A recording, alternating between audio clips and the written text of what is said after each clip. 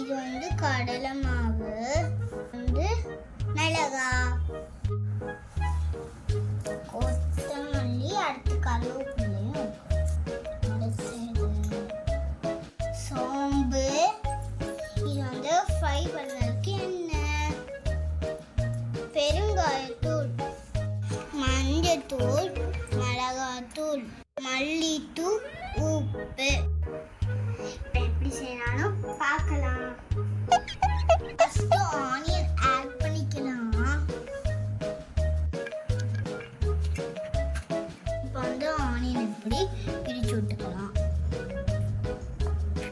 வந்து இதில் சோம்பு ஆட் பண்ணலாம்.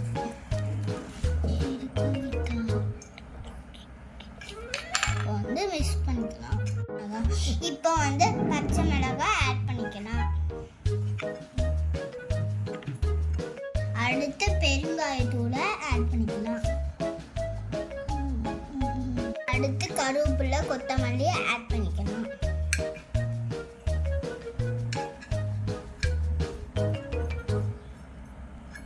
தேவையான அளவு உப்பு, மஞ்சத்தூள்.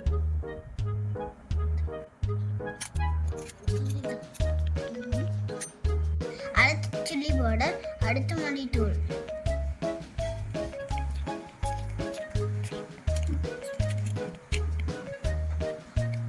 இது இப்போ மிக்ஸ் பண்ணிக்கலாம்.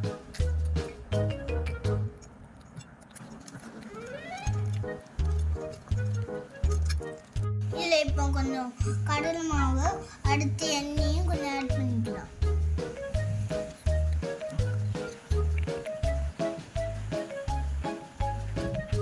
அடுத்து கொஞ்சோண்டு எண்ணெயும்.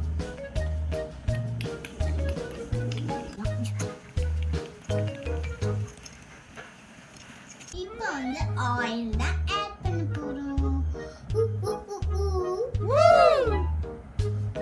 ஆட் பண்ணிக்கலாம் வாங்க.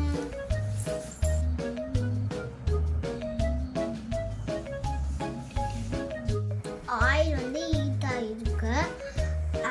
அப்போ நம்ம வந்து இதுக்கு வந்து தண்ணி கலக்கணும். தண்ணி ஊற்றி மிக்ஸ் பண்ணிக்கலாம். வந்து மிக்ஸ் பண்ணிக்கலாம்.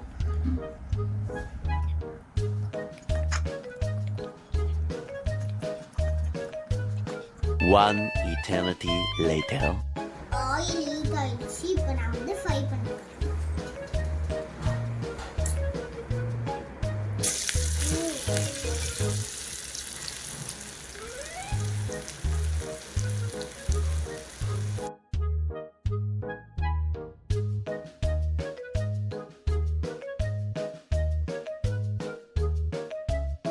வந்து இது ரெடி ஆயிடுச்சு. ஆனியன் பக்கோடா சூப்பராக ரெடி ஆயிட்டு. மித்தரையும் நம்ம அதை மாதிரி போட போறோம்.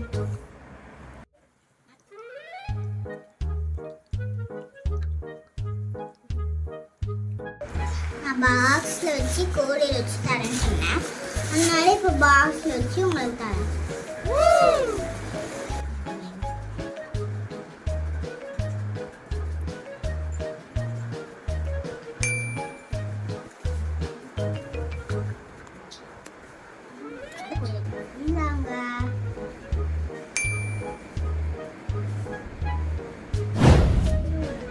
உங்க வீட்டுல குழந்தைங்களாம் இந்த மாதிரி செஞ்சு கொடுங்க.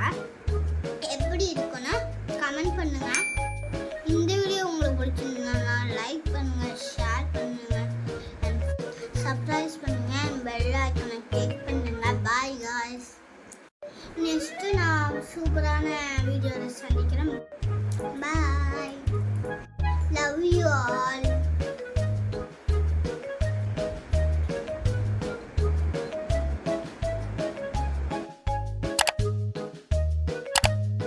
Ta